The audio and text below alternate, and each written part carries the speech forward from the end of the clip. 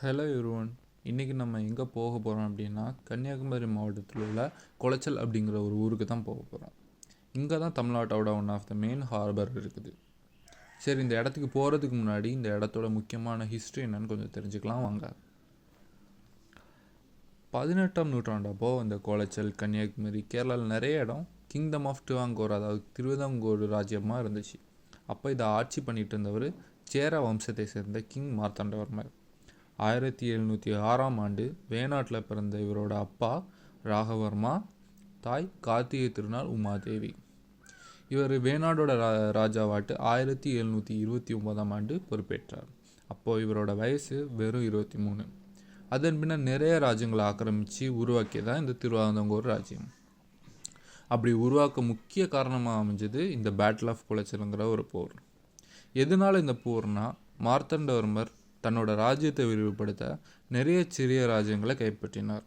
அப்போ அவங்களோட வணிக தொடர்பில் இருந்த டச் ஈஸ்ட் இந்தியா கம்பெனி இதை பெரிய அச்சுறுத்தலாக இருக்கும்னு நினச்சாங்க.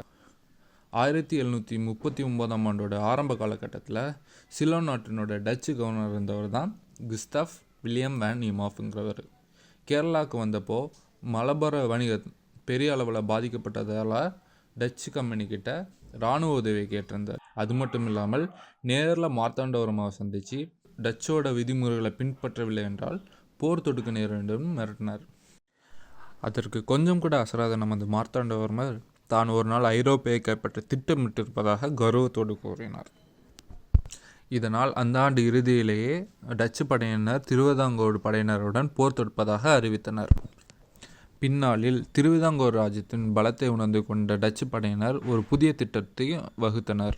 அதன்படி பிப்ரவரி 19, 1741ஆம் ஆண்டு டிலனாய் தலைமையில் கொல்லத்திலிருந்து டச்சு கப்பல் குளச்சல் வந்தடைஞ்சி. அப்போது அங்கே நடந்த தாக்குதலில் திருவிதாங்கூர் படை வீரர்கள் பெருமளவு பாதிக்கப்பட்டனர். அது மட்டும் இல்லாமல் குளச்சல் மக்கள் அங்கிருந்து அப்புறப்படுத்தப்பட்டனர்.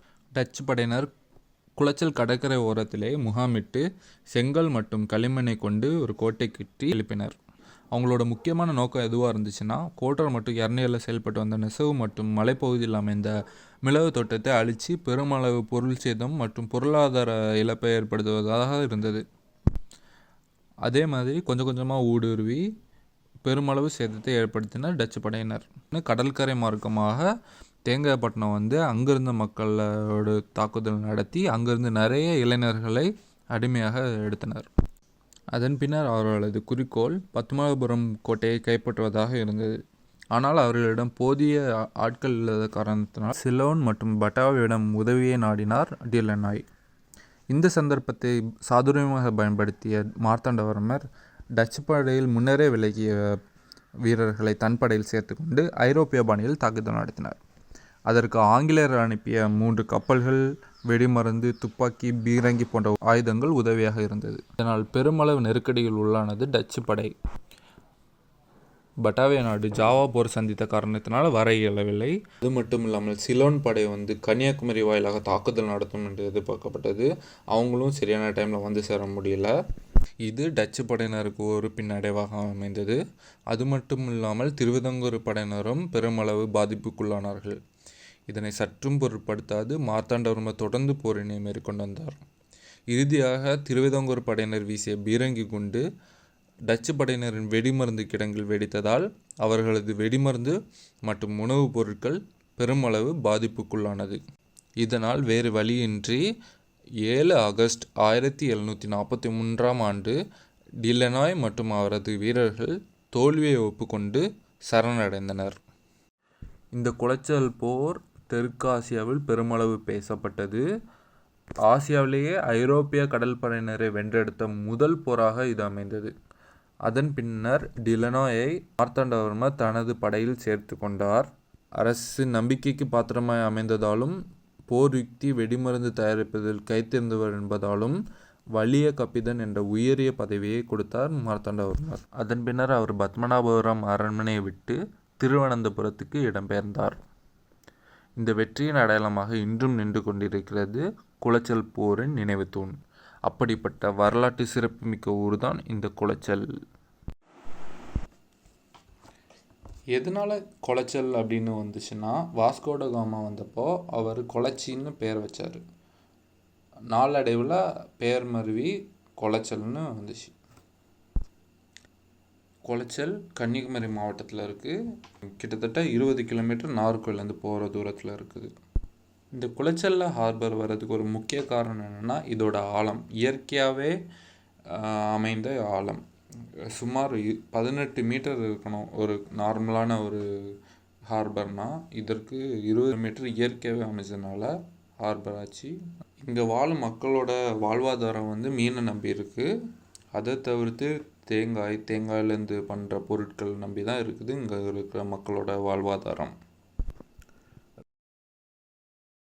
2004 வந்த சுனாமியில் கிட்டத்தட்ட 500 பேரை பாதிச்சிருக்கு, இறந்துருக்காங்க. அண்ட் குளச்சலில் தான் சுனாமி கடைசியாக அடித்து முடிஞ்சது. சரி வாங்க நம்ம ஹார்பருக்குள்ளால போகலாம்.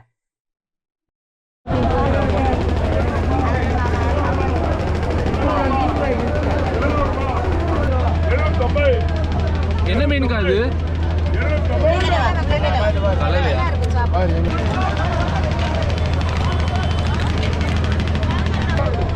இது என்ன மீனுக்கா?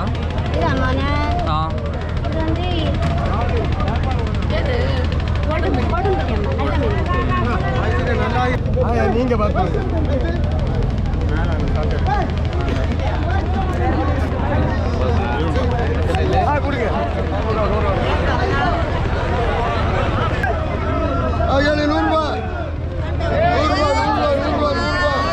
இவ்வளோ நேரம் சில்லறை வியாபாரம் எப்படி நடக்குதுன்னு பார்த்துருப்போம். வாங்க மொத்தமான வியாபாரம் எப்படி நடக்குதுன்னு பார்க்கலாம்.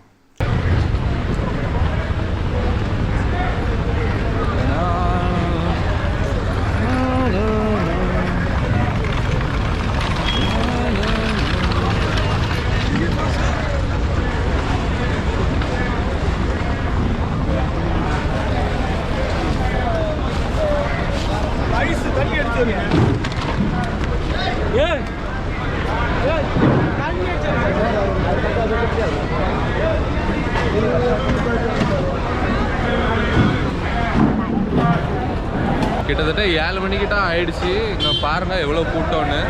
பார்த்தீங்கன்னா தெரியும் அவ்வளோ மீன். இந்த லோடு அங்கே பார்த்தீங்கன்னா தெரியும், அங்கே ஃபுல்லாக இறக்கிட்டு இருக்காங்க.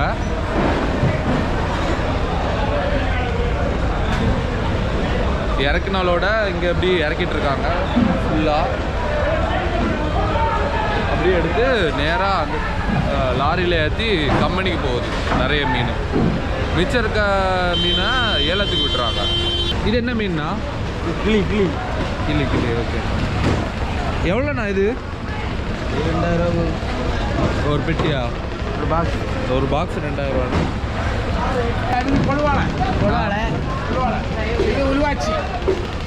சரி உருவாச்சி அது உண்மை மாரி. அது பெரிய மீன், பெரிய கிளி. என்னது இது? என்னது? கனவாண்ணா?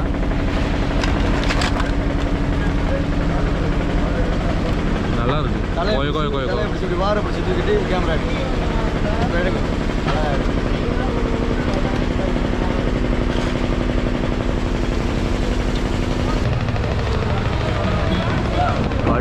கடல் போல் மீன்.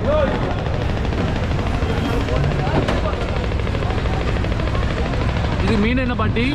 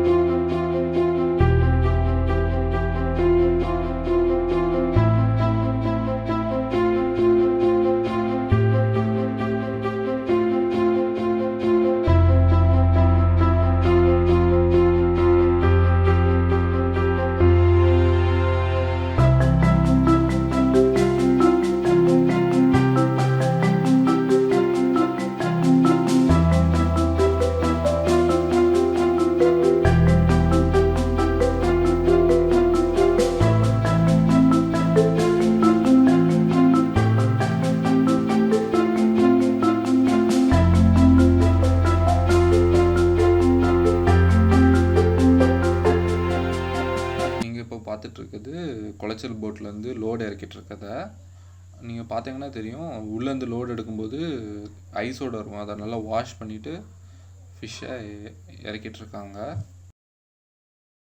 அது அப்படியே ஆக்ஷன் ஹால் ஃப்ரண்டில் இறக்குறாங்க. ஸோ இன்னும் கொஞ்ச நேரத்தில் ஆக்ஷன் நடக்கும். ஆக்ஷன் எப்படி நடக்குதுன்னா பெட்டியை பேஸ் பண்ணி தான். இப்போ ஃபார் எக்ஸாம்பிள் கிளி மீன் சொல்கிறாங்க, அது ஒரு பெட்டி 2000 அப்படின்னு சொன்னாங்க. ஸோ ஒரு 10 பாக்ஸு இல்லை 20 பாக்ஸ் அப்படி மொத்தமாக விற்பாங்க. இப்போ ஒரு 20 பாக்ஸுனால் ஒரு 40-45,000த்துக்கு ஸ்டார்டிங் ரேட் பண்ணுவாங்க. அதுக்கு பிறகு அதிகமாக எவ்வளோ வருதோ அந்த விலைக்கு விற்பாங்க. சரி வாங்க ஆக்ஷன் எப்படி நடக்குதுன்னு பார்ப்போம்.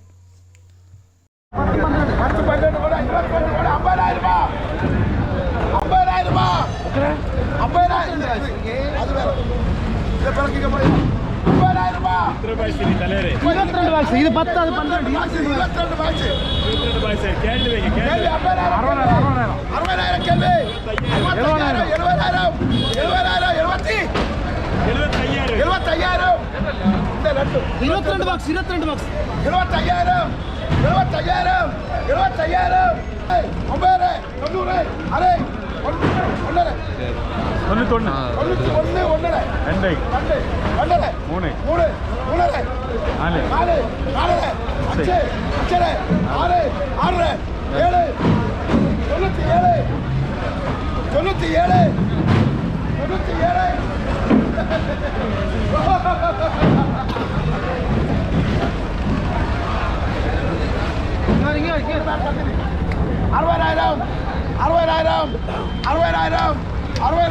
ஒன்பது பாக்ஸ் சார் இப்போ 40,000 அப்படி கேளுங்க சார்.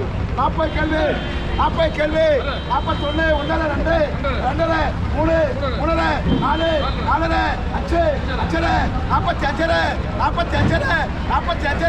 5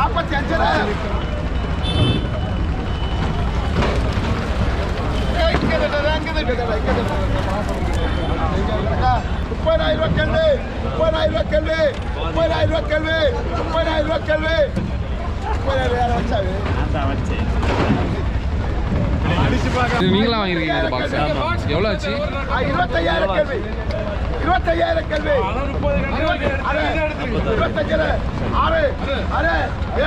6 ஸோ உங்களுக்கு இந்த வீடியோ பிடிச்சிருக்குன்னு நினைக்கிறேன். வீடியோ பிடிச்சிருந்தால் லைக் பண்ணுங்கள், ஷேர் பண்ணுங்கள், உங்களுக்கு தெரிஞ்சதை கமெண்ட் பாக்ஸில் மென்ஷன் பண்ணுங்கள்.